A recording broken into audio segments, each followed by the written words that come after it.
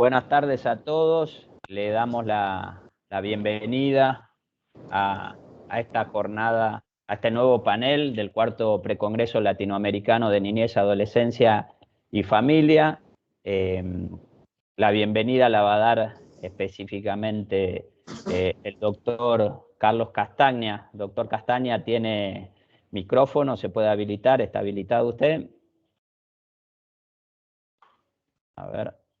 No está habilitado para dar. Bueno, ahí por una cuestión técnica me dijeron que le reenviaban un mail ahí desde el Instituto de Estudios Judiciales como al doctor Feller para que puedan ustedes realizar la moderación y presentación de las partes. Pero para continuar con el esquema y cumplir con los horarios, como les dijo, están todos bienvenidos. Iniciamos a las 10 de la mañana este cuarto precongreso latinoamericano de niñez, adolescencia y familia de San Martín. Es muy grato, es un honor de tenerlos otra vez a todos ustedes para poder compartir cuestiones de relevancia e interés en relación a nuestros niños, niñas, niños y adolescentes y de todas nuestras familias.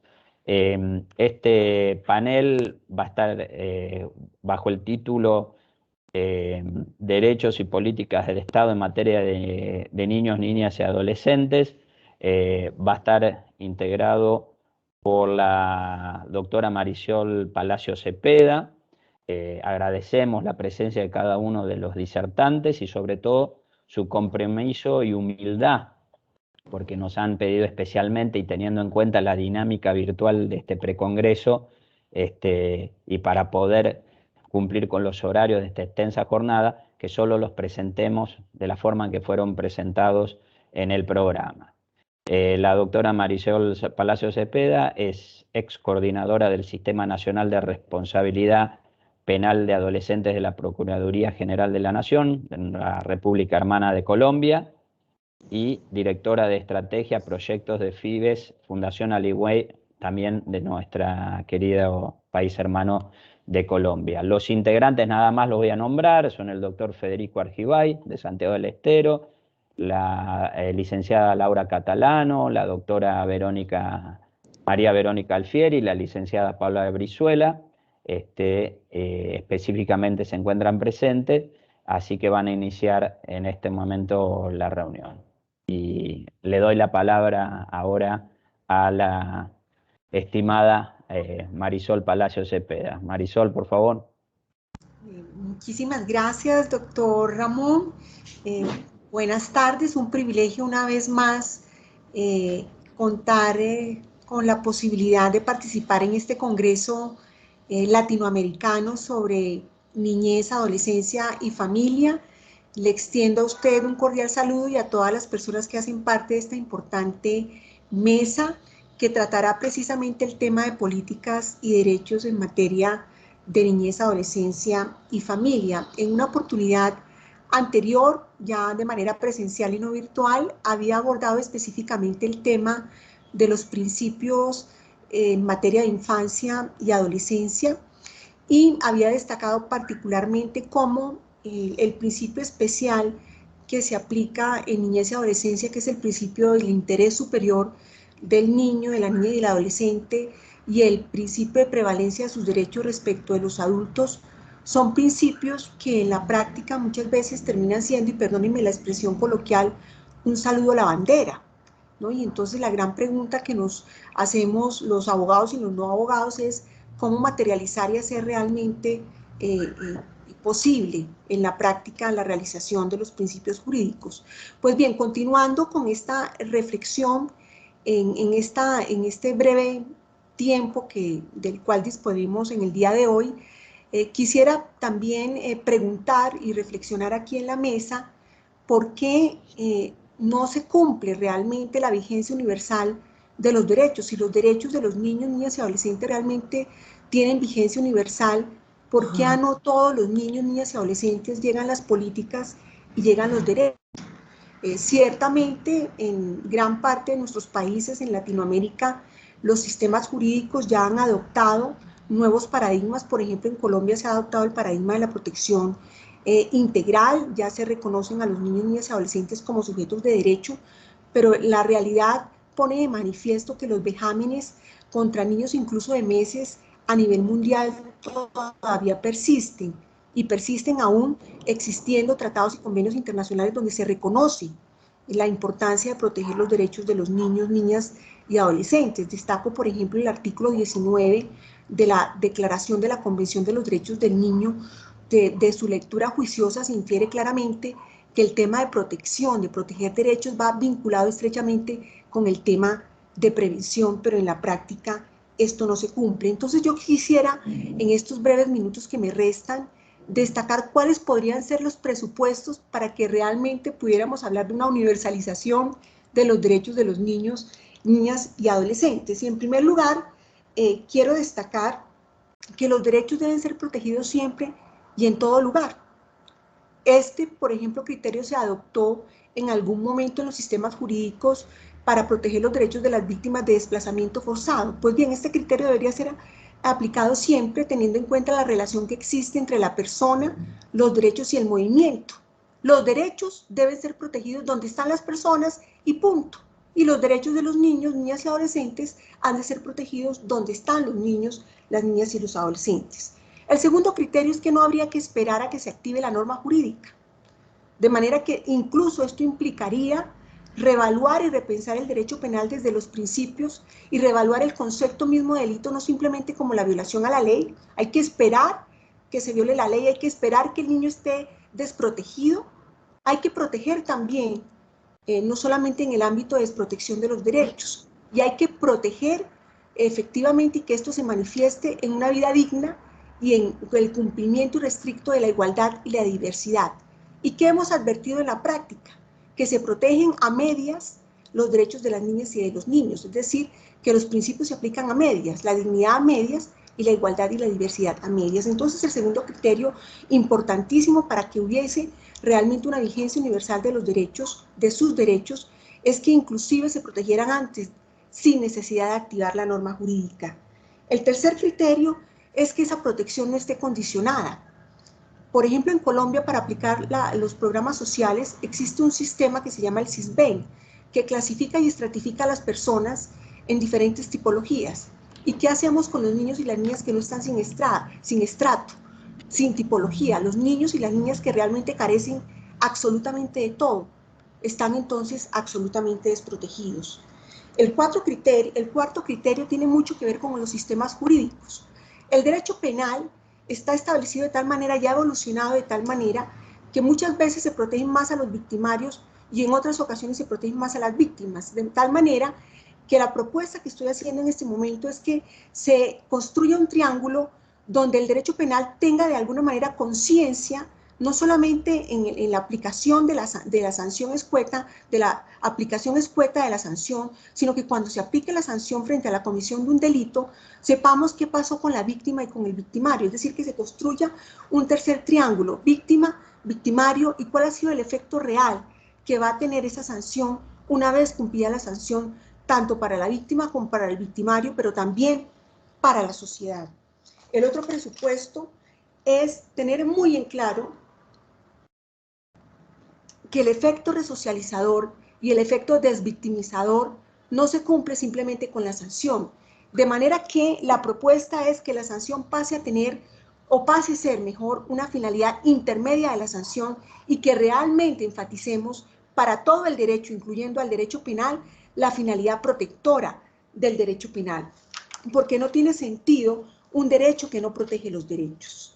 El otro presupuesto, así como fueron evolucionando los sistemas acusatorios, de manera que pudieran las víctimas hablar con los victimarios y pudiera en una razonabilidad distinta a la razonabilidad puramente retributiva, es muy importante también que el Estado pueda hablar directamente con las víctimas y los victimarios y que se promueva de manera más activa los mecanismos alternativos de solución de conflictos, pero para solucionar el conflicto, no simplemente como una mera formabilidad.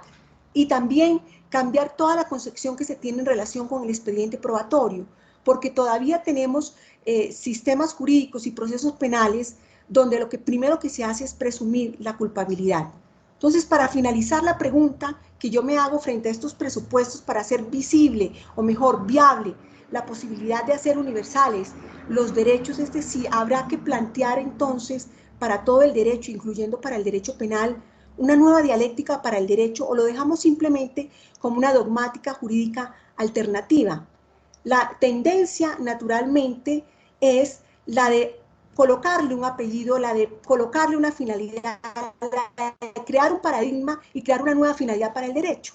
Entonces se habla de derecho penal humano, se habla de derecho penal liberal, se habla de derecho penal democrático, pero lo que yo estoy proponiendo es que realmente repensemos el derecho desde los principios y que pensemos en una nueva dialéctica y que el delito, y que la misma concepción del delito y de la responsabilidad cambie, de manera que pensemos no en el delito como en términos de ser o en términos de deber ser, sino en una nueva dialéctica que yo he llamado en términos de modo ser pensar, es decir, el delito que sea una mezcla de una situación fáctica, normativa, pero que en esa concepción del delito como algo fáctico, como algo normativo, tengamos muy claro que al adolescente, por ejemplo, que está involucrado en la comisión de un delito, no lo vamos a sancionar por lo que es ni por lo que hace, no por lo que sea peligroso o no sencillamente por la crudeza o la gravedad del delito que está cometiendo, porque naturalmente estoy convencida que las bases epistemológicas y dogmáticas de la responsabilidad penal de un adolescente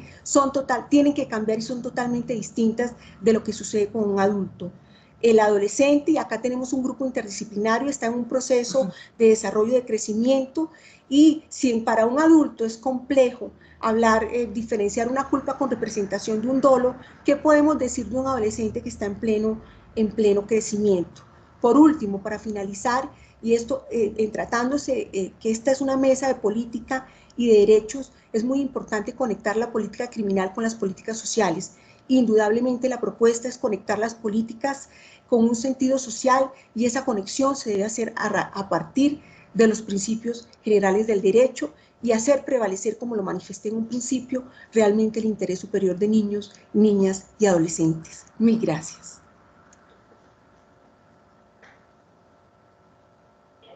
Muchas gracias, estimada Marisol. Vamos a continuar.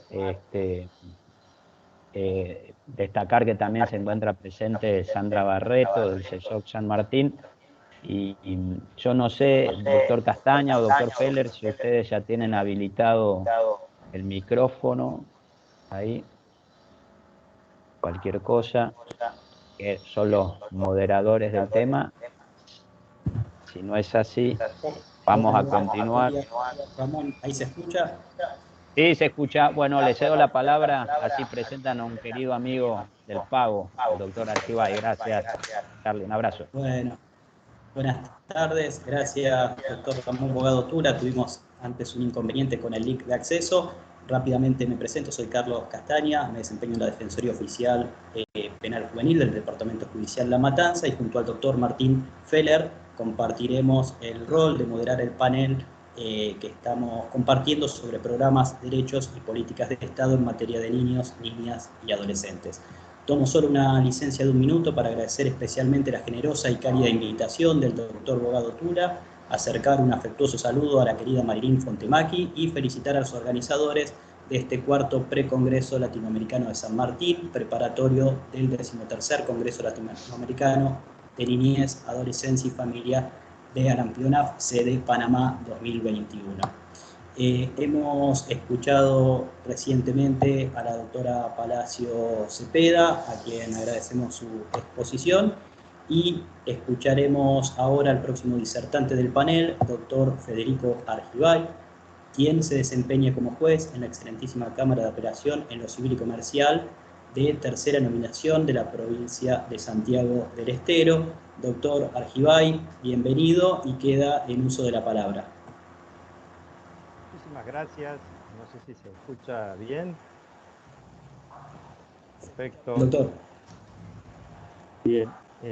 Bueno, mi agradecimiento a las autoridades que han organizado este evento, en especial a Ramón, querido comprovinciano y amigo que ha tenido la deferencia, que viene teniendo la deferencia de hacerme o de incluirme en este importante evento. Bueno, sé que el tiempo es escaso, el tiempo que se nos ha asignado, entonces lo que yo voy a hablar es muy breve, o lo que les voy a contar es muy breve. En realidad es producto de una reflexión personal motivada por el hecho de haber, si se quiere, tomado contacto con una devolución de un niño que se encontraba en guarda preadoptiva, una devolución intempestiva, ¿no? Casi diría cosificada. Entonces, vengo de presenciar eso como magistrado. Yo tengo ya más de 20 años de magistrado en mi provincia. Dije, no solo qué injusticia, sino qué dolor, ¿no? Entonces me pareció pertinente plantear el tema de si alguien debe reparar ese daño en estos casos, ¿no? No estamos hablando de cualquier caso, sino estamos hablando de los casos donde hay una devolución intempestiva del niño, niña o adolescente. Entonces, las preguntas que me formulé fueron, ¿procede la indemnización? Y en caso de que procediera, ¿cuáles serían los presupuestos? Para eso tuve que pensar o recordar una serie de cosas, ¿no? La relevancia de la guarda con fines de adopción. Esta etapa de todo lo que es la adopción está pensada en la ley justamente para disminuir las posibilidades de fracasos. Entonces acá, justamente en aras a disminuir esas posibilidades de fracasos, lo que tenemos en cuenta es la selección adecuada y cuidadosa del legajo remitido por el registro único de adoptantes con fines de adopción.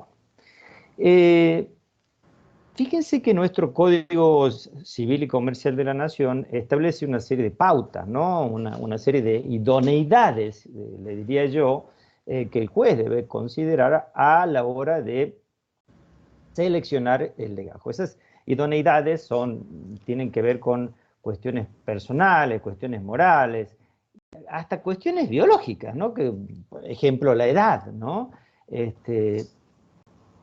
Es decir, que todo este proceso de guarda con fines de adopción es un proceso a donde no solo nos conocemos si estamos en condiciones sino además obtenemos información. Y justamente de ahí la importancia también de la intervención del equipo o del órgano administrativo que ha venido trabajando de modo previo a esto. Es importante, entonces, obviamente, la participación en el proceso del órgano administrativo, porque cuenta con datos relevantes de la historia de los niños a tener en cuenta al momento de elegir los pretensos adoptantes. Necesitamos, obviamente, como decíamos, entonces, conocimientos previos antes de iniciar este largo y extenso camino que compone la adopción. Y para eso, obviamente, los pretensos adoptantes van a completar el formulario en donde ellos van a manifestar también las características de ese niño, esa niña o adolescente que están dispuestos a adoptar. Ejemplo, la franja etaria, si aceptan grupos de hermanos que están privilegiados hoy en día, obviamente, este tipo de adopciones por la ley. Niños con enfermedades que tenemos, lamentablemente, en condiciones de adoptar muchos niños que se encuentran con enfermedades. Es decir, me pareció importante en relación a este dato que esa información, tanto la información de un lado como del otro, se documente. Es decir, es importante y valioso brindar la información adecuada, completa, fidedigna, ¿no es cierto?, de la real situación de ese niño, niña, adolescente, a los fines de que se pueda conocer acabadamente su historia. Y es importante que eso quede plasmado por escrito, porque justamente lo que nosotros estamos hablando es de la posibilidad de que fracase la guarda preadoptiva. Y ahí lo que tendremos que ver a la hora de estudiar esa posible indemnización por daños y perjuicios es, ¿se brindó realmente esa información a esos pretensos adoptantes? ¿Esa información que se brindó coincidía realmente con lo que efectivamente acaeció con ese niño, con esa niña, con ese adolescente? Y por otro lado, entre todo este proceso previo, si se quiere, al proceso de adopción propiamente dicho, bueno, no puede perdérsenos de vista en un evento como este el deber de escuchar al niño y el deber de tener en consideración su opinión, ¿no? Esto ya sabemos, tiene matriz convencional y tenemos que escucharlo, obviamente, en función del conocido principio de la capacidad progresiva, ¿no? Tenemos en cuenta su edad, tenemos en cuenta su madurez y en función de esto, si se quiere, su opinión habrá de ser considerada en conjunción con estos factores, ¿no? Ya sabemos que nosotros tenemos una disposición específica en nuestro Código Civil y Comercial que establece que a partir de los 10 años de ese niño necesitamos con el consentimiento para justamente ese niño, niña o adolescente, ¿no? Para poder ser adoptado. Entonces, volvemos a la pregunta inicial. ¿Podemos fracasar en la guarda preadoptiva? Obviamente sí, lamentablemente sí. ¿Por qué? Porque este es un periodo de prueba, de conocimiento, por parte de ambas partes. Ahora, como acabamos de visualizar, no es un conocimiento desde cero, desde foja cero. No, hubo un trabajo previo del órgano administrativo y hay un trabajo previo también de los pretensos adoptantes. Entonces, en todos los, vamos aproximándonos a la respuesta en función del tiempo asignado. En todos los casos de fracaso podemos hablar de una acción de daños y perjuicios y vamos anticipando la respuesta. No podemos hablar de esto. Si le decimos esto a la sociedad, si le decimos esto a la gente, nadie se embarcaría en un proceso de adopción. ¿Cuándo entonces podemos hablar de una acción por daños y perjuicios? Bueno, cuando estamos hablando de una situación de intempestividad, es decir, algo fuera de tiempo. Y sobre todo cuando ese niño ha venido y ha sido tratado, casi diría, como un objeto, ¿no? Necesito un niño para calmar ciertas cuestiones personales, para rellenar ciertos espacios. Ese niño que me dieron no me satisface, entonces voy y lo dejo en la mesa de entrada del juzgado respectivo.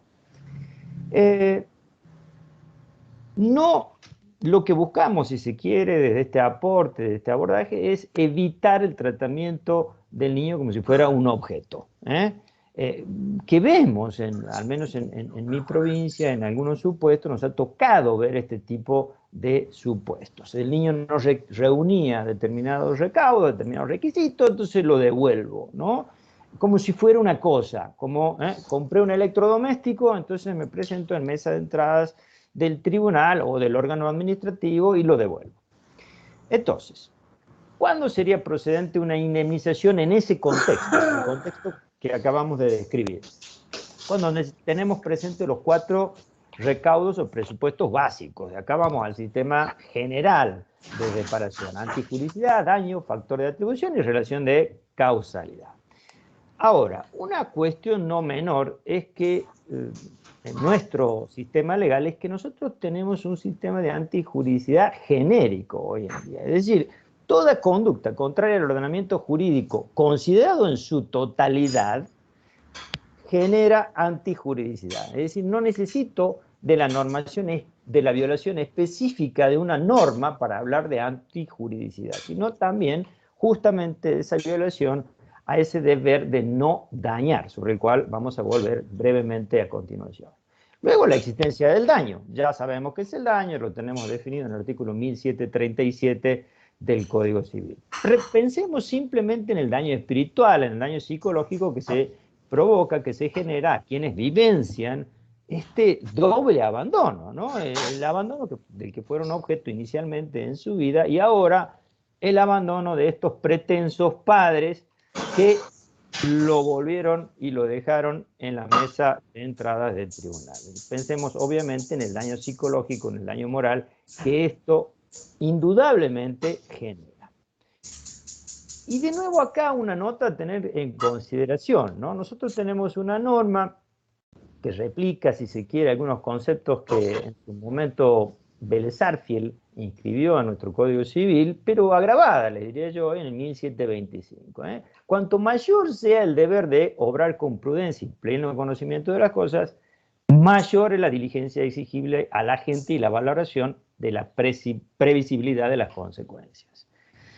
Esto por una parte. Y por otra parte tenemos una nueva función, que es la función preventiva en materia de daño, que la tenemos cobijada en el artículo 1710. Si esto le exigimos a cualquier ciudadano, es decir, a Doña Rosa, como decimos nosotros en nuestro país, se lo exigimos y se lo vamos a exigir con mayor razón a quienes se han embarcado en esta compleja tarea, pero valiosa tarea, como lo es la de adoptar un niño o una niña o adolescente. ¿Y esto por qué? ¿Por qué razón esta valoración, si se quiere, exacerbada? Bueno, porque ese niño o niña o adolescente está, si se quiere, en un estado de doble vulnerabilidad, ¿no? La vulnerabilidad generada como consecuencia de su abandono inicial y la vulnerabilidad generada como consecuencia de una intempestiva restitución. Entonces vamos a mirar, vamos a observar desde el ámbito judicial, si se quiere, esta conducta con, si se quiere, algún grado de una mirada, desde una mirada agravada, ¿no? de lo que esta conducta importa. Volvamos sobre los requisitos de procedencia de la indemnización o de la reparación. El factor de atribución. Obviamente acá no podemos hablar de un factor de atribución objetivo, como si hemos avanzado en nuestro Código Civil Comercial, sino acá vamos a hablar básicamente de un factor de atribución subjetivo, que puede ser en nuestro sistema jurídico la culpa o el dolo. Obviamente visualizaremos la culpa o el dolo en función de la situación particular generada. Normalmente hablaremos, diría yo, en un 70-80% de los casos de culpa. Podemos hablar eventualmente de dolo y de lo que se habla mucho en el derecho penal, del cual se ocupó Marisol recién de modo tan brillante, el dolo eventual, ¿no? Y la relación de causalidad, lo último que nos quedaba para hablar de la procedencia de la indemnización. Es decir, el enlace material o físico que hay entre un hecho antecedente, que puede consistir en una acción o omisión y un hecho consecuente. ¿Y por qué digo una acción o una omisión? Bueno, la acción concreta, la devolución intempestiva, de la cual hablábamos al comienzo, y una omisión, ¿no? No hacer lo que me impone el derecho acá. Y acá tenemos que estar conscientes de que no estamos comprando un electrodoméstico. Es decir, necesitamos de actos preparatorios, necesitamos de cierta diligencia, de atención, de cuidados, previos al fracaso de la devolución. Bueno, ahí tenemos ejemplos, no me voy a detener, estas filminas quedan a disposición del que las requiera, ¿no es cierto? Ahí tiene incluso mis datos de contacto de esos menesteres. La otra pregunta, en función del tiempo, y con esto nos vamos acercando a la finalización de esta breve exposición, es ¿quién? ¿Quién es el legitimado para reclamar? Bueno, en primer lugar, acá, obviamente, y recién también hablábamos del abogado del niño, ¿no? El defensor de menores o el abogado del niño, en cuanto advierte esta situación de cosificación, de restitución intempestiva del niño, debería, si se quiere, solicitar al juez, obviamente que está interviniendo, ya sabemos que la guarda con fines de adopción tramita ante un magistrado en nuestro país, no es un trámite meramente administrativo, la designación de un tutor especial o tutor ad litem, a los fines de que este tutor evalúe la procedencia de alguna acción resarcitoria. Esto independientemente de las medidas que tome por ahí el registro de su país o de su provincia, que podría implicar la suspensión por un tiempo determinado o indeterminado de estos pretensos adoptantes que procedieron de la forma en que lo veníamos describiendo, ¿sí? Esto guarda estrecha correlación con el artículo 20 de la Convención de los Derechos del Niño, que impone al Estado una serie de obligaciones hacia estos niños hipervulnerables, diría yo, ¿no? Recién hablábamos de vulnerabilidad, yo le agregaría, lo adjetivizaría como hipervulnerables. Entonces, primera pregunta en relación, o segunda pregunta en relación a esta acción. ¿Quién puede interrumpir la guarda preadoptiva? Es decir, Pensemos una cosa simplemente, para llegar a la guarda preadoptiva yo acudí al Estado, el Estado a través de sus órganos actuó. Entonces, ¿puedo yo, particular, doña Rosa, ese matrimonio que vino a adoptar, interrumpir unilateralmente esa guarda preadoptiva? Yo humildemente entiendo que no.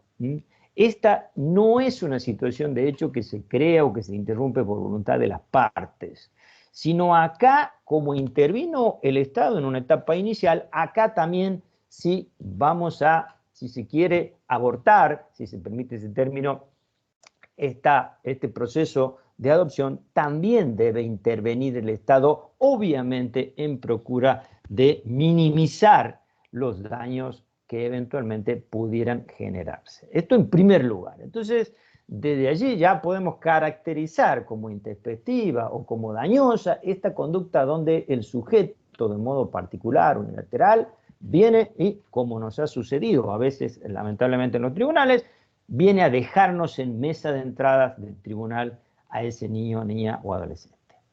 Otro gran posible responsable acá es el Estado, ¿no? Es decir, el Estado obviamente tuvo que ser efectivo en esos controles y evaluaciones y evidentemente si se produjo algo como esto, podríamos hablar de alguna deficiencia en su labor, ¿no? Es decir, estamos hablando de una falta de control efectivo en el seguimiento del proceso mencionado a los fines de brindar justamente las herramientas disponibles. Es decir, la restitución del niño, de la niña o adolescente tiene que operar como última ratio del sistema y no como la primera reacción ante una dificultad, que de hecho esta dificultad necesariamente va a generarse en esta situación.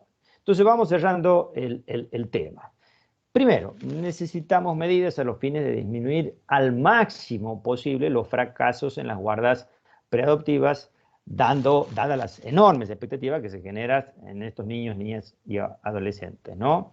El Estado para esto debe brindar el mayor acompañamiento posible a esa familia antes, durante y después de la adopción y de la guarda con fines de adopción.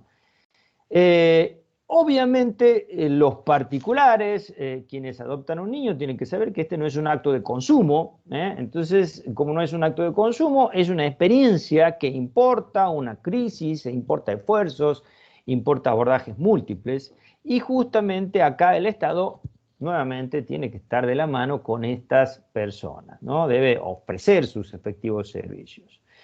Para casos como los que hemos descrito, se debe accionar a los efectos de obtener una reparación por parte de ese niño, niña y adolescente. Obviamente estamos hablando de una reparación económica por el daño sufrido, porque no existe otra posibilidad de reparación en el caso en el que estamos hablando.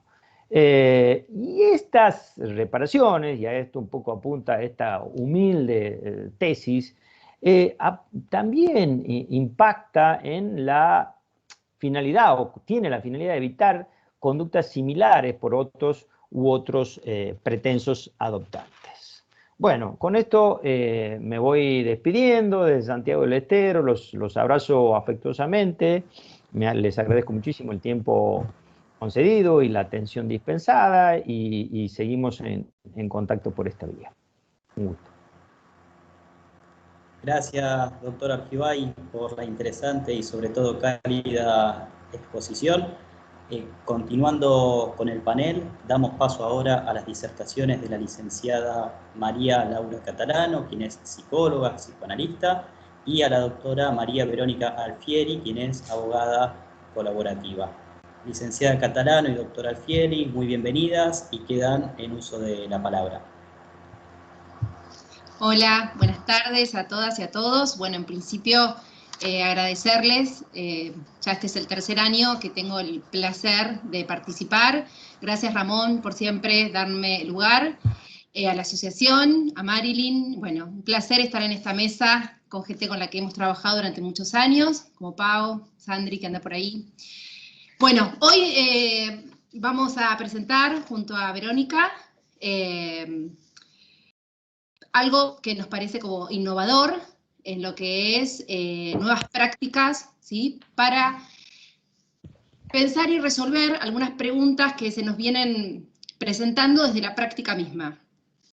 Hoy Marilyn, la verdad que dejó flotando una pregunta sumamente interesante, desde la que voy a tomarme para poder trabajar junto a Vero lo que teníamos pensado. Ella se preguntó en un momento, que es algo de lo que nosotras nos venimos preguntando, junto a varios colegas más, ¿cómo hacemos como profesionales para trabajar en conflictos de familia?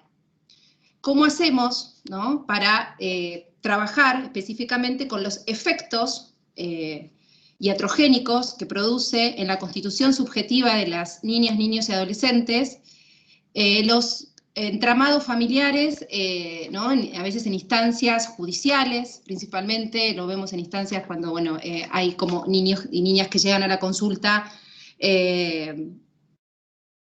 por estar atravesando situaciones de grandes conflictos familiares. Bueno, un poco en relación a esa pregunta que se hacía Marilyn, es una pregunta que nos venimos haciendo. La práctica misma me lleva, ¿no?, nos lleva a trabajar desde, no nos puede llevar sino a trabajar desde la interdisciplina y desde ahí poder responder ante grandes conflictos que se nos presentan, imposibles de ser abordados desde una sola disciplina. Así que bueno, con Verónica le queremos presentar algo en lo que, bueno, principalmente Verónica viene trabajando. Bueno, Vero, te cedo la palabra. Hola, buenas tardes a todos. Bueno, sí, tal cual como lo presentó Laura, les queremos, hace algún tiempo descubrí una forma como más humana de abordar y de encarar la profesión después de más de 20 años de ejercicio en la materia, y teniendo en cuenta esto de los efectos de judicializar muchas veces los casos de familia, el tiempo que esto nos lleva en tribunales y todo, me llevó a una intensa búsqueda personal y profesional, y hace más o menos 1 año y medio conocí el derecho colaborativo. En realidad fue como ponerle un nombre a una forma de trabajar que ya venía ejerciendo, pero bueno, esto de encontrarle el nombre y encontrar la disciplina. Me formé como abogada colaborativa en España, en Euskadi, y bueno, ahora les cuento más o menos de qué se trata y los beneficios de poner en juego esta práctica en nuestra profesión y más como profesionales del derecho de familia. El derecho colaborativo nació en Estados Unidos, allá por 1990, un mediador y abogado especialista en familia que vislumbró que había muchos casos que no debían ir a tribunales porque los integrantes de las familias se veían seriamente afectados y así lo hacían. Entonces intentó comenzar a negociar, digamos, a utilizar todos los elementos de negociación para solucionar estas conflictivas y dejarlos fuera de tribunales y llevar a tribunales al tema resuelto. Esto fue allá por 1990, recién en Estados Unidos se legisla por el 2010 y en Europa en el año 2013. Lo interesante de esta disciplina que nace en Estados Unidos y que la estamos trayendo, digamos, implementando en Argentina en este momento, es que lo podemos entender al derecho colaborativo sobre 3 pilares fundamentales. Uno, que es este procedimiento de resolución alternativa de conflictos, colaborativo, interdisciplinario, donde lo más importante es que las partes se comprometen a dejar todo fuera de tribunales, digamos, son conflictos que se pueden resolver trabajando haciendo foco en la interdisciplina, trabajando de manera abierta hacia una mesa de negociación y totalmente, digamos, como manteniendo la confidencialidad hacia afuera de ese proceso.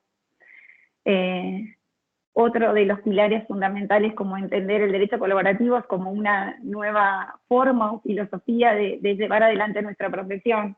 Yo creo que en esto vamos a coincidir, nos formamos como abogados litigantes, nuestra formación académica viene de esa formación, somos exitosos en función de cuánto ganamos o cuánto perdemos de estos pleitos, y creo que esto en familia, nada, no es aplicable, al menos en mi modo de abordar el derecho de familia. Creo que nos tenemos que olvidar un poco de esto del éxito profesional, y volcarnos al acompañamiento de nuestros clientes y transformarnos en abogados pacificadores y un poco como resguardar y priorizar el vínculo. Así que desde acá, trabajar para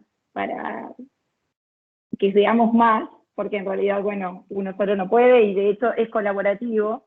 En los países donde está legislado el derecho colaborativo, hay registros de abogados colaborativos, así que lo fundamental sería que avancemos en esto de la formación, porque obvio que el formato que traemos se debe readaptar para darle solución a nuestros clientes. Es fundamental la escucha activa, es fundamental fortalecer las habilidades blandas, es fundamental la empatía, porque obvio que no es lo mismo de pararse en el lugar de yo sé cómo resolver esto, a dejarle al cliente, ofrecerle cuáles son las alternativas, asesorarlo jurídicamente, pero que sea él el que decide qué camino quiere tomar.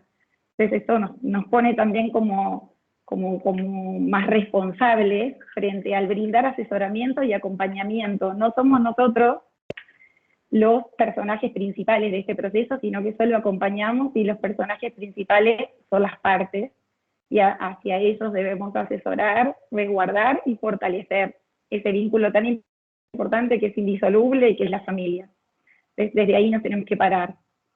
Así que estos pilares, digamos, sobre los que hablábamos, de ejercer colaborativamente, son los que vengo poniendo en práctica ya hace un tiempo, y ahora con el nombre y después de la formación les puedo contar. Y con Laura hemos trabajado de manera colaborativa en procesos de divorcio, por ejemplo, donde proponemos la alternativa de negociar absolutamente todo fuera de tribunales.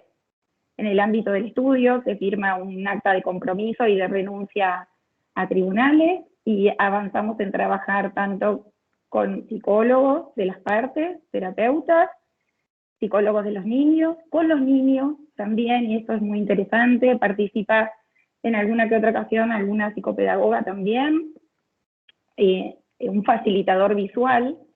¿Qué es el facilitador visual? Que es una persona que nos ayuda a veces con dibujitos, que son muy importantes y fundamentales para que todos entiendan sobre qué estamos hablando. En este caso redactamos un convenio de parentalidad, por ejemplo, en lenguaje claro y sencillo para todos los integrantes de la familia, y también con los dibujitos para que los chicos tengan claro, lo peguen en la heladera, y de esa manera les quede claro a todos los integrantes del grupo familiar cómo funciona ese convenio de parentalidad.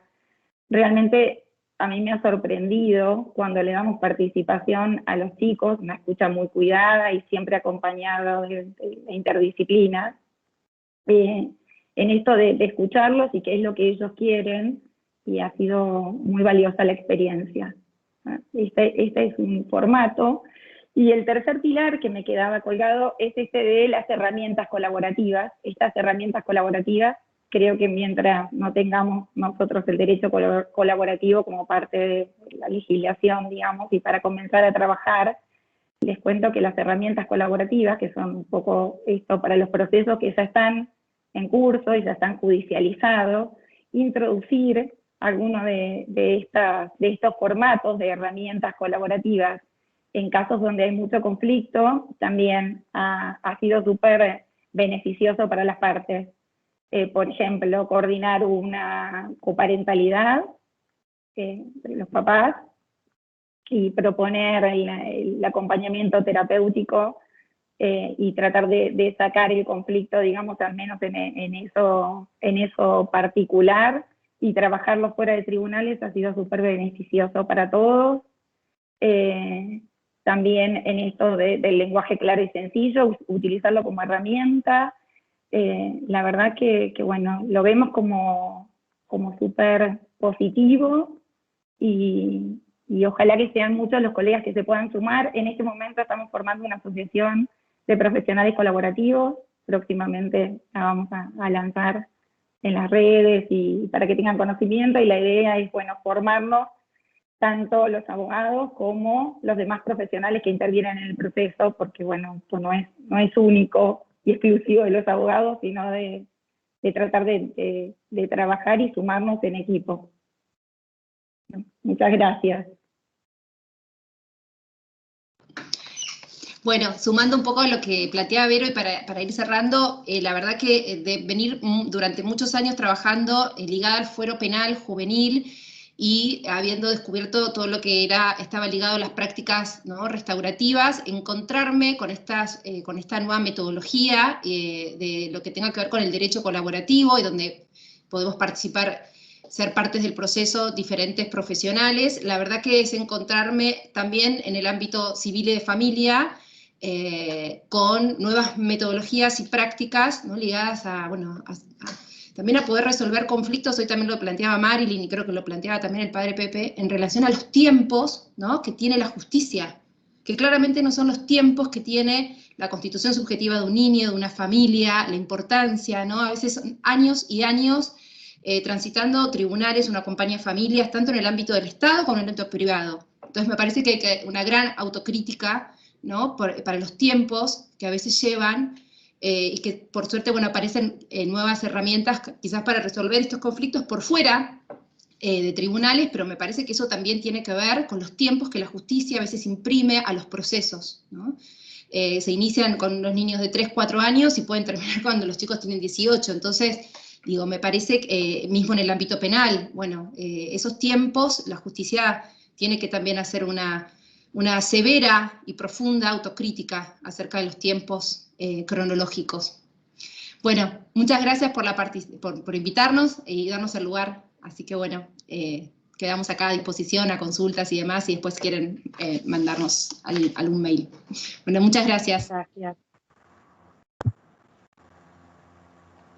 Gracias, licenciada Catalano y doctora Alfieri, por sus exposiciones, una temática sumamente enriquecedora que nos interpela sobre la necesidad de integrar conocimientos de diferentes disciplinas y en lo que hace también al rol del abogado pensar en estos formatos de herramientas colaborativas y habilidades blandas, o también conocidas como soft skills, la necesidad de pensar la función desde otras perspectivas.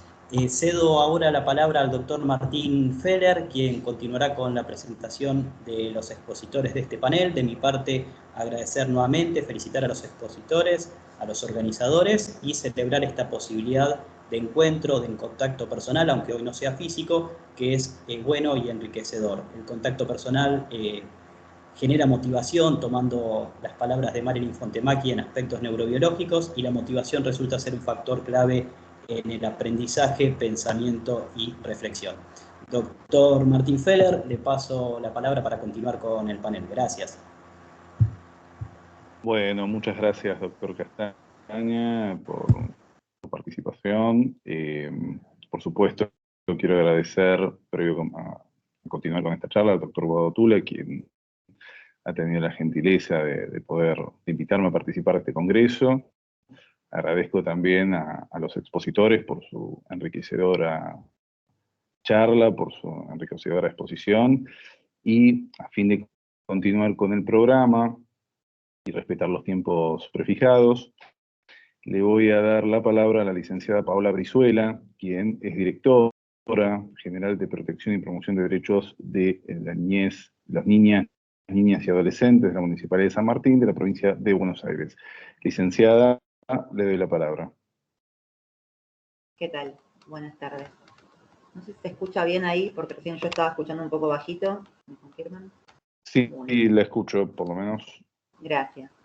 Bueno, en principio, buenas tardes a todos y todas. Agradecerle, como siempre, al doctor Bogado, que tan amablemente nos invita todos los años, y celebrar este espacio que nos parece súper importante e interesante. Escuchamos muchas exposiciones anteriores, son necesarias, y lo pensaba mucho en algunas cuestiones que transmitía Marisol y también el doctor Argibay. Nosotros traemos otro tema que en general es fuerte, que es difícil de plantear en pocos minutos, pero sí queremos introducirlo y utilizar un poco la oportunidad de esta mesa de programas, de políticas de Estado en materia de niñez y adolescencia para plantear nuestra profunda preocupación en relación a a lo que es el abuso sexual contra niños, niñas y adolescentes.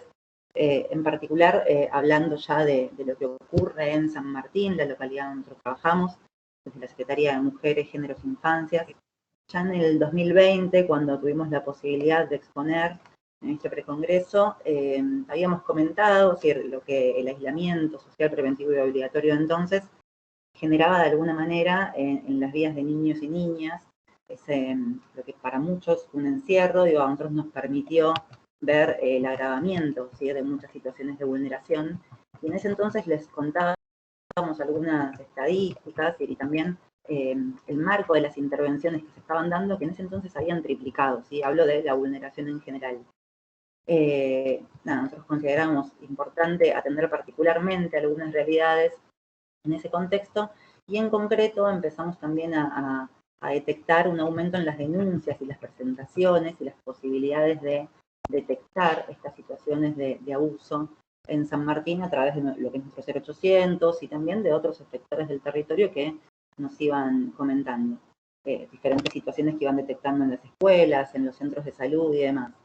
Y consideramos que sí importante atender particularmente esta realidad, como el abuso que ocurre en todas las clases sociales, que les ocurre a niños, niñas, adolescentes de todas las edades, que presentan efectos que los arrasan durante toda su vida, dejan marcas de por vida.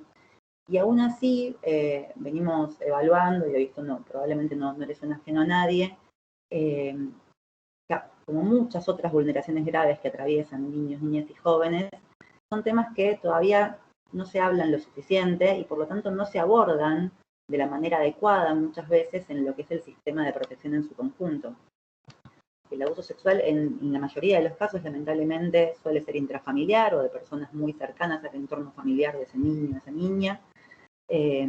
Arrasa, como les decíamos, la cotidianidad de los jóvenes, de los chicos, de sus entornos cercanos, y a esto también hay que poder darle cierta herramienta, ¿no?, para poder trabajarlo, para poder abordarlo y poder generar otra perspectiva de futuro para esos grupos familiares.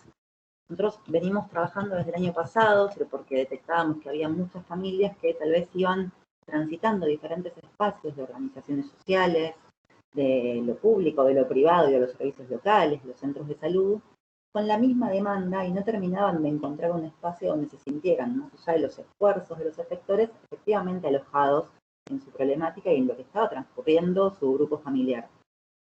En ese sentido nos pudimos reunir, y es lo que queríamos aprovechar la oportunidad hoy de presentarles, yo en representación de la Secretaría de Mujeres, Géneros e Infancias y también de la Secretaría de Salud del municipio.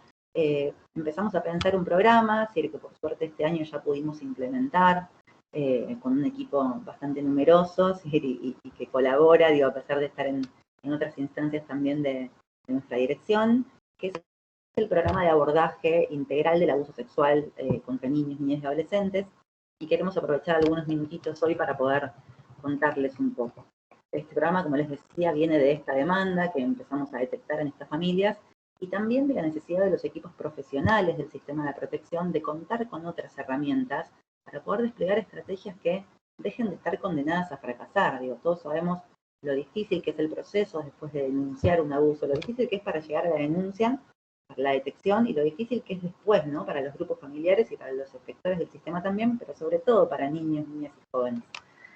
Este programa está pensado de una forma integral, es decir, busca generar acciones preventivas, intersectoriales, abordar también a la comunidad, compartir sus objetivos con la comunidad y con el resto de los efectores del sistema de promoción y protección. Nosotros en general cuando hablamos de sistema lo decimos en el sentido más puro, todos los que formamos parte y no lo más conocido, es decir, que suele ser el servicio local. Y también cuenta con algunos objetivos específicos, el de visibilizar, sensibilizar y capacitar sobre esta problemática, es decir, que repito, todavía falta mucho ponerla en agenda. Ofrecer también información sobre el marco de la corresponsabilidad a la comunidad y a los damnificados y damnificadas. Ofrecer también espacios de orientación, de contención, de seguimiento integral a estas familias, tanto de manera grupal o individual, y me parece que ahí es donde tal vez reside la parte más novedosa, al margen de ser dos secretarías reuniéndose cotidianamente para llevar adelante conjuntamente, no articulando cada tanto, llevar adelante conjuntamente, repito, un programa. también cuenta con algunos ejes de trabajo y fundamentalmente me gustaría marcar el que se basa en la oferta de nuevos dispositivos grupales y acompañamiento individual de las familias.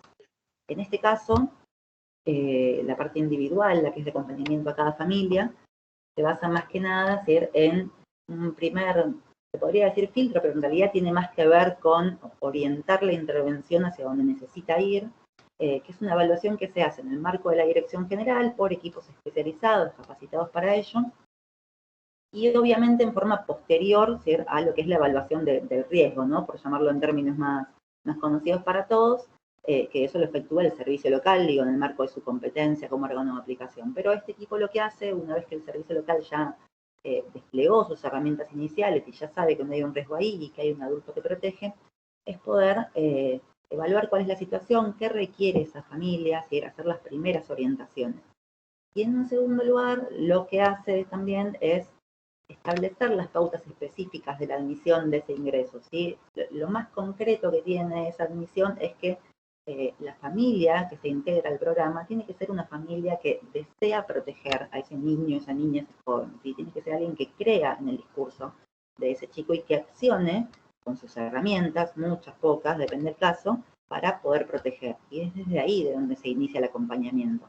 El programa no trabaja, que hay muchos casos así en servicios locales, por ejemplo, con aquellas familias que dudan de la palabra de los chicos. Puede haber excepciones en el medio, claramente, como en toda intervención de este tipo, ¿sí? Pero es más o menos, tampoco trabaja con familias que hayan tenido vigentes medidas de protección excepcional. El eje de la intervención es el chico. Y también lo que busca es brindar una orientación integral en relación a la salud, el acceso a la justicia, una contención también para esas familias, y de alguna manera hacer la preparación para aquellas familias que puedan entrar en la instancia grupal, y este dispositivo, no sé si novedoso, pero sí nos parece sumamente necesario. Ya tenemos también preparados grupos que son para familiares de víctimas de abuso sexual en la infancia y adolescencia. ¿Por qué? Porque la demanda que traen las familias es no saber cómo manejarse en el día a día, no saber cómo manejarse con su dolor, no saber cómo atravesar la culpa que les genera no haberse dado cuenta, o no haber actuado a tiempo porque no sabían cómo, o no haberlo podido prevenir. Es mucho lo que atraviesan las familias a nivel emocional, social, comunitario, y la idea es que este programa brinde estos grupos que tienen una duración predeterminada, ¿sí? Que se van renovando en el tiempo a lo largo que van pasando diferentes encuentros, que cuenta con 2 módulos específicos que son más de orientación legal y uno para trabajar un poco más los mitos en relación al abuso sexual. Y por otra parte también es un grupo de apoyo mutuo, de acompañamiento, de orientación. Pueden participar madres, padres, referentes afectivos muy cercanos que estén involucrados en el cuidado de esos niños y niñas. La idea es generar un espacio de cuidado donde circule la palabra con empatía, donde se pueda acompañar la situación de cada integrante, no solo desde las coordinaciones profesionales, sino con el resto de los miembros de los grupos, que se puedan poner en común esas necesidades, las dudas. Surge mucho en estos grupos el cómo trato al chico que tiene ciertas conductas, que era al haber atravesado estas situaciones de abuso, y el encontrarse con otros que atravesaron una situación similar, la verdad es que aliviana mucho la pena y todo el padecimiento subjetivo, dirían psicólogos, trabajador social, pero que atraviesan esas familias que es real, que se hace muy tedioso, muy angustiante en el tiempo, y que es necesario, digo, también poder acompañar esos procesos con las familias. Yo quería contarles básicamente, así como muy rápido, de qué iba el programa, y fundamentalmente plantear lo que para nosotros es uno de los mayores objetivos de este programa que estamos formando juntos y que ya pudimos poner en marcha, que es alojar un poco ese valor de la familia, pero también acompañar a esas familias para que puedan crear para esos niños, niñas y jóvenes otro futuro, un futuro posible, donde no queden anclados al lugar de víctimas y donde la reparación, a todos nosotros que sabemos lo que cuesta llegar a juicio, llegar a una condena en relación a un abuso, para que la reparación no quede solamente en el plano de esperar la condena. Y hay múltiples formas de reparar que son complementarias, digo, que no suplen a otras, pero que es necesario que las podamos trabajar. A eso vamos a todos también a centrarnos en reparar ese daño en esas familias, en esos niños y niñas, y a construir con los niños y las niñas un presente y un futuro donde efectivamente puedan desarrollarse en plenitud.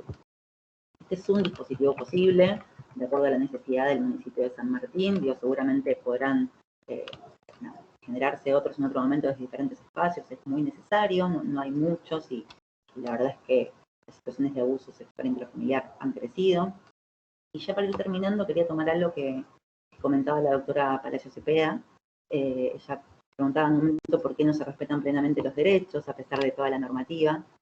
Y pensaba en la necesidad de insistir, ¿no?, en que los niños y los adolescentes son hoy. Digo, nosotros siempre decimos y siempre repetimos, bueno, todo el mundo dice son el futuro, son hoy.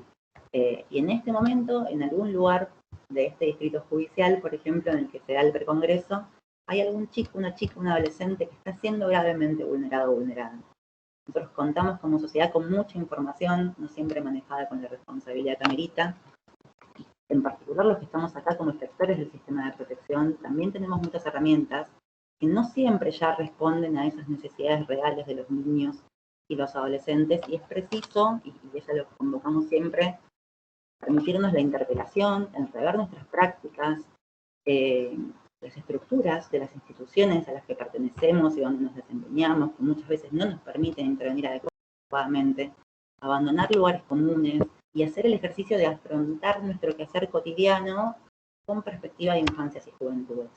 Que está muy bien mirar a toda la familia, y esto es ejemplo a lo que vamos con este programa, pero no hay que perder el eje cuando trabajamos en infancia y juventud, y hay que mirar, no literalmente, sino con mucha responsabilidad qué es lo que está pasando en la vida de los chicos y chicas, y entendiendo, me parece importante también destacarlo, que no solo tenemos una inmensa responsabilidad desde los diferentes sectores de la comunidad, y sobre todo del Estado, que tiene responsabilidades indelegables. No solo es una inmensa responsabilidad, cuando escuchamos a un chico que atraviesa por esta situación, cuando intervenimos, cuando diseñamos políticas públicas, sino que también es un privilegio enorme que hay que honrar. Así que a eso les invitamos y por supuesto quedamos a disposición para profundizar información del programa a cualquier efector que lo necesite, y nuevamente les agradezco el espacio. Muchas gracias. Gracias, licenciada, por su exposición, por hacernos ver la existencia de estos dispositivos y sobre todo por la importancia que es cuando trabajamos, quienes somos operadores del sistema, la importancia que es la contención del niño, de la niña, del adolescente, de su grupo familiar, la capacitación permanente, el diseño, la programación de estrategias para, bueno, hacer que los derechos de los niños no sean solamente una enunciación, sino que, por supuesto, puedan efectivizarse. Ahora le vamos a dar la palabra a Sandra Barreto, quien es titular del Centro Sociocomunitario de San Martín. Sandra, ¿la escuchamos? Hola, ¿qué tal? Buenas tardes a todos, a todas, a todos.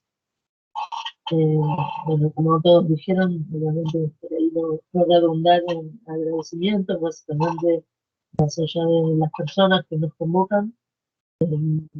La verdad que yo celebro todos los años tener un momentito que este precongreso nos da la posibilidad de juntarnos, de darnos la cara y de parar un día a esbozar algunas reflexiones, intercambiar experiencias y conocer el trabajo de otros en el acompañamiento de los niños, niñas y adolescentes.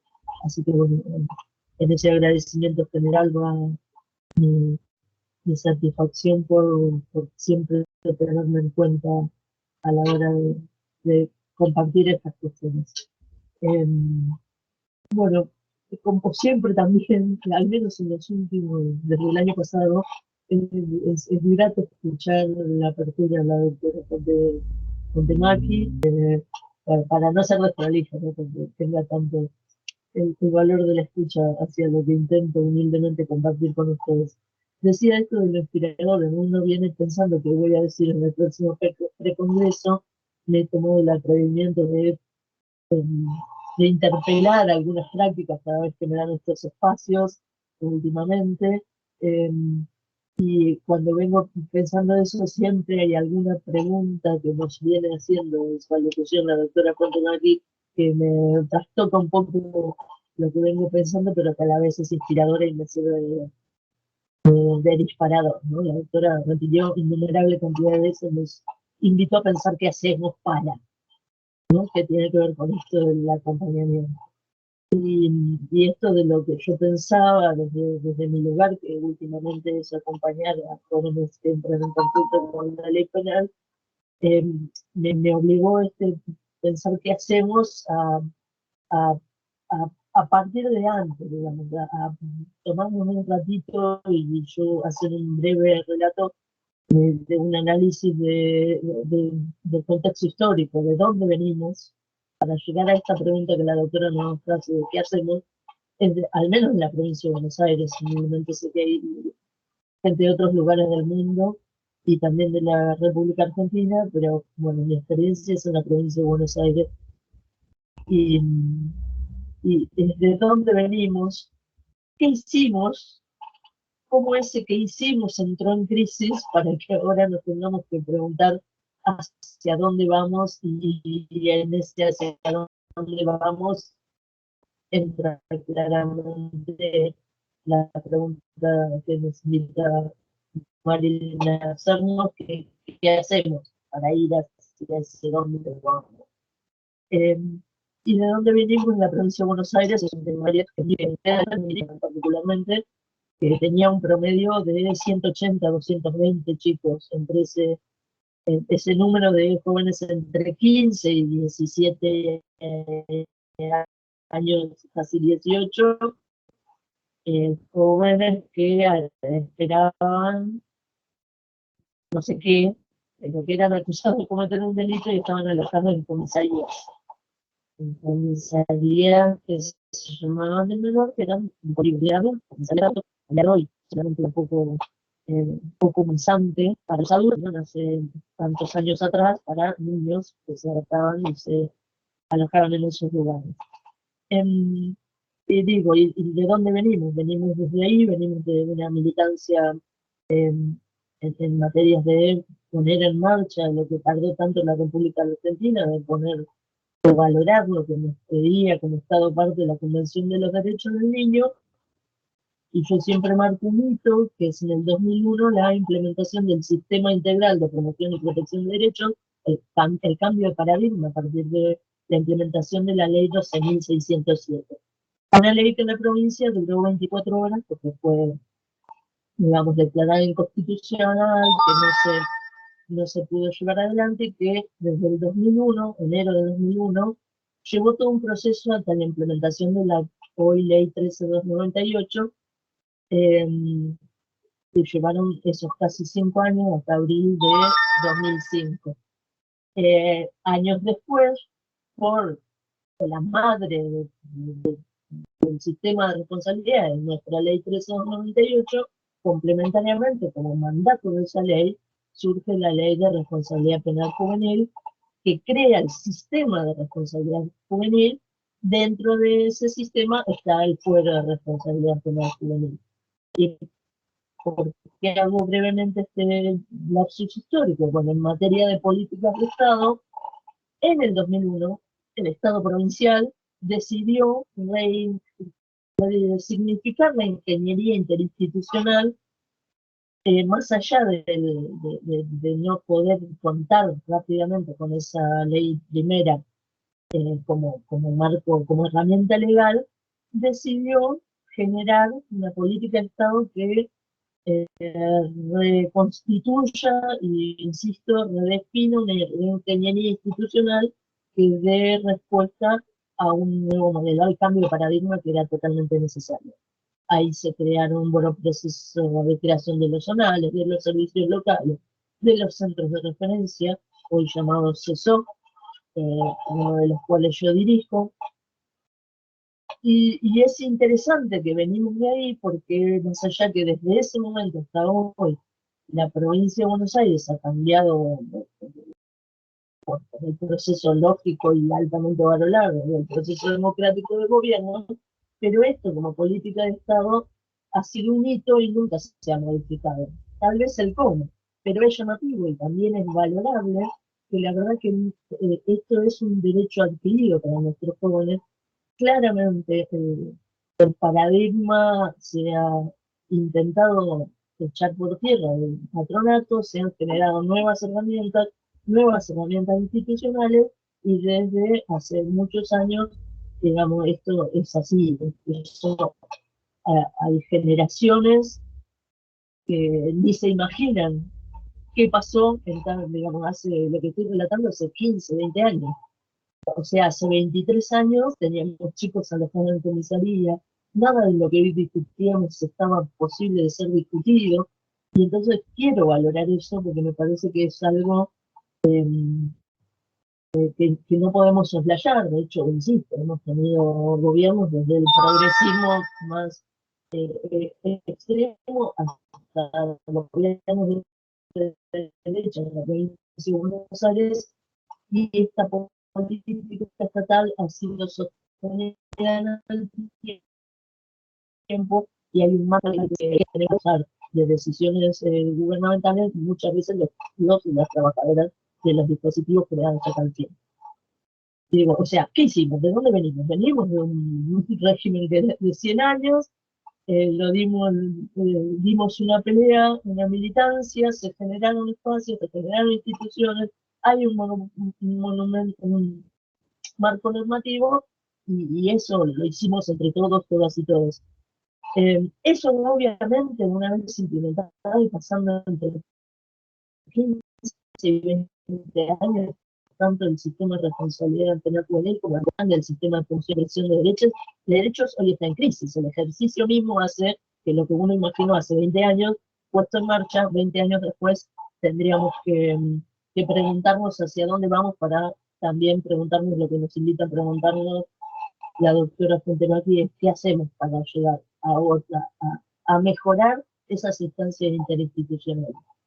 Y acá me permito, sobre todo intentando ir ya al sistema de responsabilidad penal juvenil y algunas frustraciones que vivimos día a día, los que acompañamos a los jóvenes, sobre todo los que están en libertad. El centro de referencia para los que no son de la provincia de Buenos Aires es un dispositivo producto de una política pública, digamos, es un dispositivo casi inédito, un dispositivo estatal que acompaña a los jóvenes que transitan un proceso penal en libertad. Así como hay lugares de encierro, de semi-encierro, y hay otros lugares donde son alojados los jóvenes, en la provincia de Buenos Aires hay un dispositivo estatal que acompaña a los jóvenes que transitan en libertad un proceso penal, que aparte debieran ser la mayoría de los chicos, cosa que no es. Pero me atreví, digamos, esta mesa habla de políticas públicas, políticas de Estado, de traer, obviamente estoy rodeado hoy me están escuchando gente que está mucho más afín a la academia que lo que yo hago a diario, pero busqué algunas definiciones simples que nos contextualicen hacia dónde quiero ir yo en este caso. Políticas públicas son el conjunto de objetivos, decisiones y acciones que lleva a cabo un gobierno para solucionar los problemas que en un momento determinado la ciudadanía y el propio gobierno consideran prioritarios. Y acá encuentro la primera digresión que voy a hacer hoy, digo, consideran prioritario, digamos. La ciudadanía considera hoy prioritario que acompañemos a los jóvenes que atraviesan un proceso penal, o prioritariamente la comunidad quiere que sean castigados y encerrados. Es una pregunta que me hago casi todos los días. Una política estatal, diría el doctor Oblak, algo que escribió ya en 1984, es esa forma, es una toma de posición. Claramente, digo, hay un gobierno que toma una posición que por lo general involucra simultáneamente decisiones de varias agencias estatales, razón por la cual no es homogénea ni unívoca y mucho menos permanente, porque si bien en este contexto que yo estoy haciendo hay ya una decisión estatal del gobierno de la provincia de Buenos Aires de sostener un sistema de promoción y protección de derechos humanos y particularmente un sistema de responsabilidad penal juvenil, esto, de acuerdo a los gobiernos, se van entendiendo como ejercer eso de manera distinta. Y esto, digamos, de hecho, el centro de referencia ha cambiado, por ejemplo, de nombre varias veces en estos 20 y pico de años, porque lo que se va determinando es el cómo. Y impone la confluencia de varias agencias estatales. Máxime en materia de niñez, cuando lo que se creó es un sistema de promoción y protección de derechos del niño y un sistema de responsabilidad penal juvenil. Dentro del sistema de responsabilidad penal juvenil, uno de los tantos actores es el fuero, que son las agencias del Poder Judicial que llevan adelante la ejecución y la administración de la ley, de la justicia, en tema de jóvenes. Y aquí también me atreví a buscar dos definiciones. Una es de política social, que es una ciencia normativa, que es un área del conocimiento de carácter interdisciplinar, algo que todos hablamos, que es imperioso. No se puede llevar adelante ninguna política estatal, y menos en materia de niñez hoy por hoy, sin pensarla con otros, y no desde una sola arista del conocimiento, que tiene como objetivo el estudio de la realidad social para la acción pública, política, para llegar a dar respuestas a algunas de esas prioridades que se determinaron. ¿Y por qué traigo de la política pública a la política social definiciones?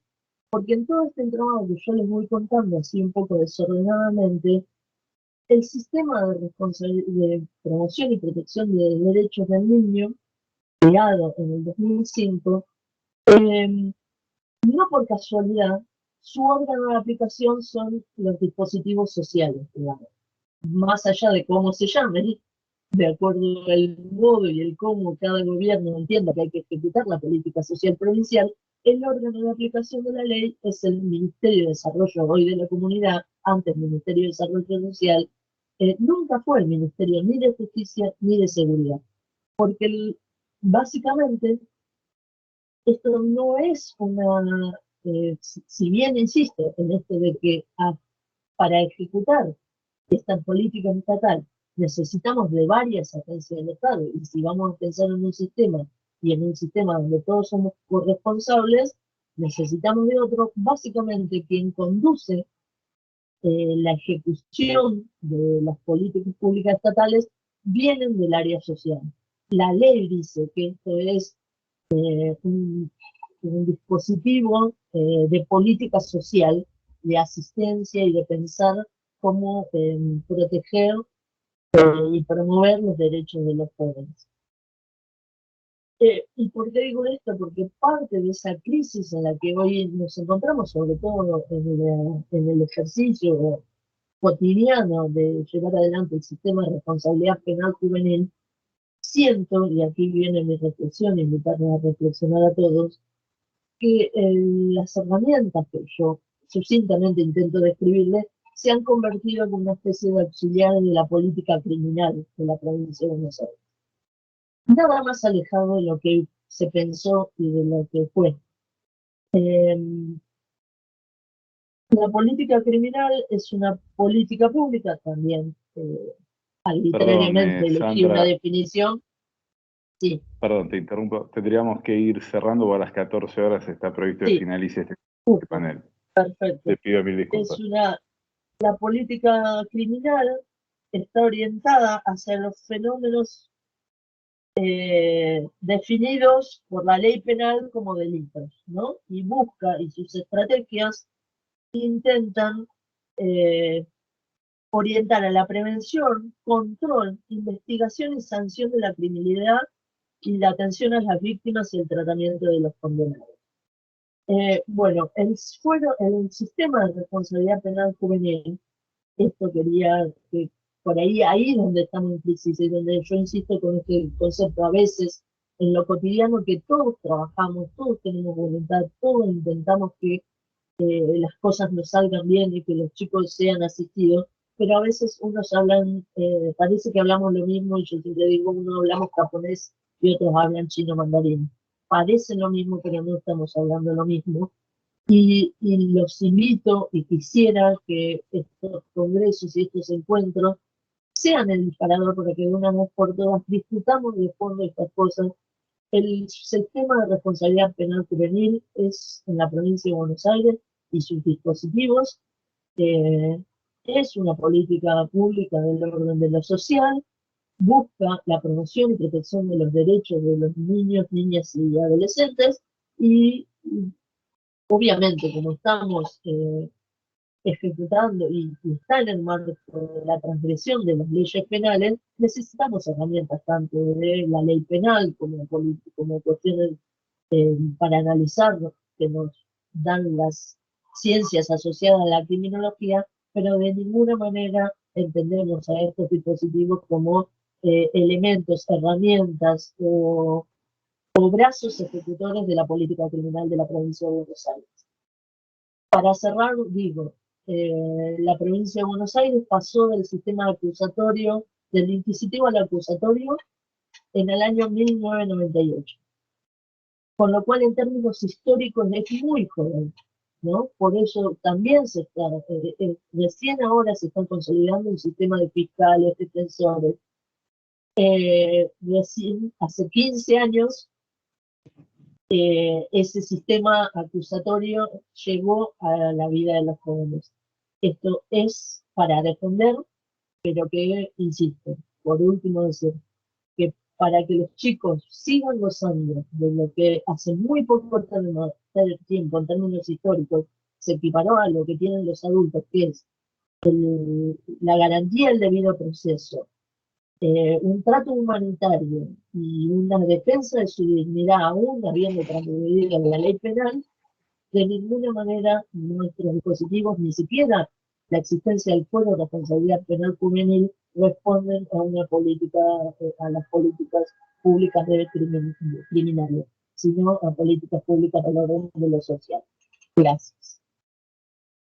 Muchísimas gracias, Sandra, por tu exposición, por la interpelación que contiene la misma respecto a las prácticas, de cómo tendría que funcionar el fuero, de los objetivos que se propone la ley y la convención para el funcionamiento del fuero, y de la tensión permanente que existe entre una pulsión punitiva y lo social, que en definitiva es el fin último del fuero.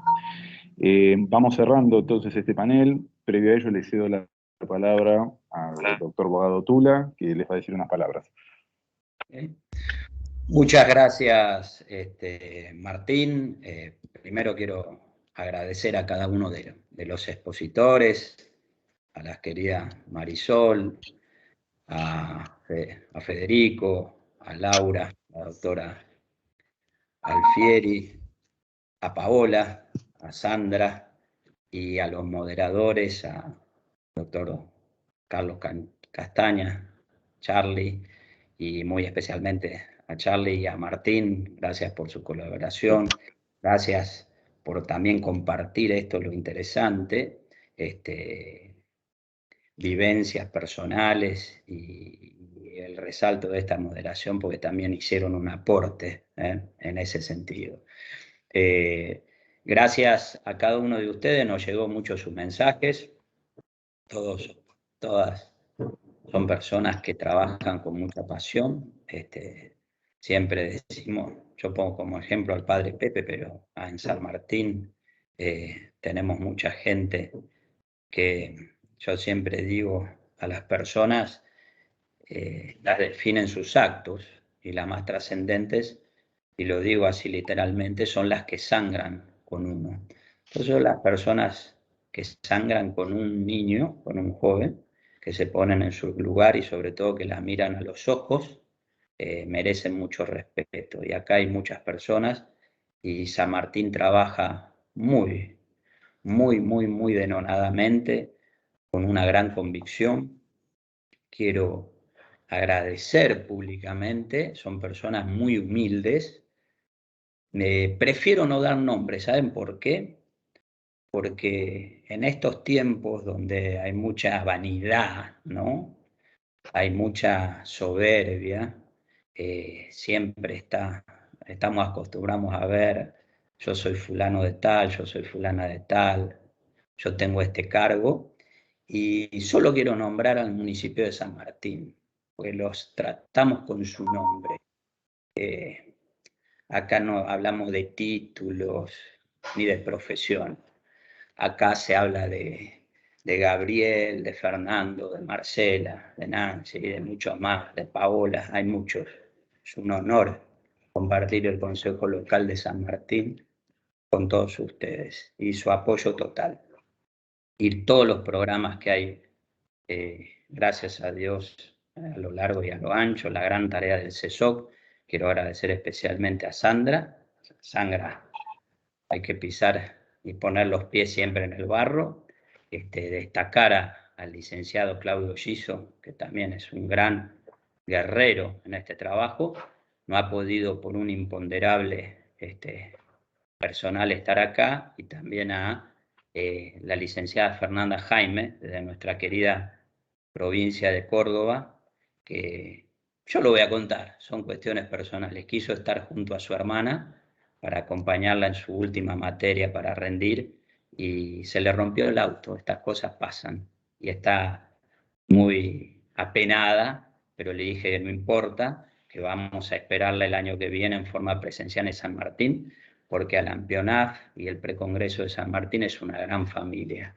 Entonces, un gran abrazo para todos, gracias por estar acá en este horario que es de trabajo, y los esperamos siempre con los brazos abiertos, y vamos a continuar por dar por finalizada esta mesa, y vamos a continuar con un tema muy trascendente que lo tocaron muchos, que es el tema de la trascendencia de la especialidad en los tribunales de alzada, en el fuero penal juvenil. Estamos bregando hace muchos años para tener cámaras especializadas, tribunales de casación especializados, jueces en las cortes y superiores tribunales de provincia que tengan un conocimiento especializado en la materia de los jóvenes en contacto con la ley penal. Gracias, muy emocionado por compartir este momento. Nos estamos viendo y los invito a que se vuelvan a incorporar a la próxima mesa, muy interesante. Hay jueces federales, del Tribunal de Casación, camaristas, defensores generales de San Martín, de gran trayectoria, fiscales generales adjuntos, y muchos colegas que trabajan por este tema. Gracias. Nos estamos viendo. Gracias. Muchas gracias a todos y todas. Muchas gracias. Cariños para todos. Muchas gracias.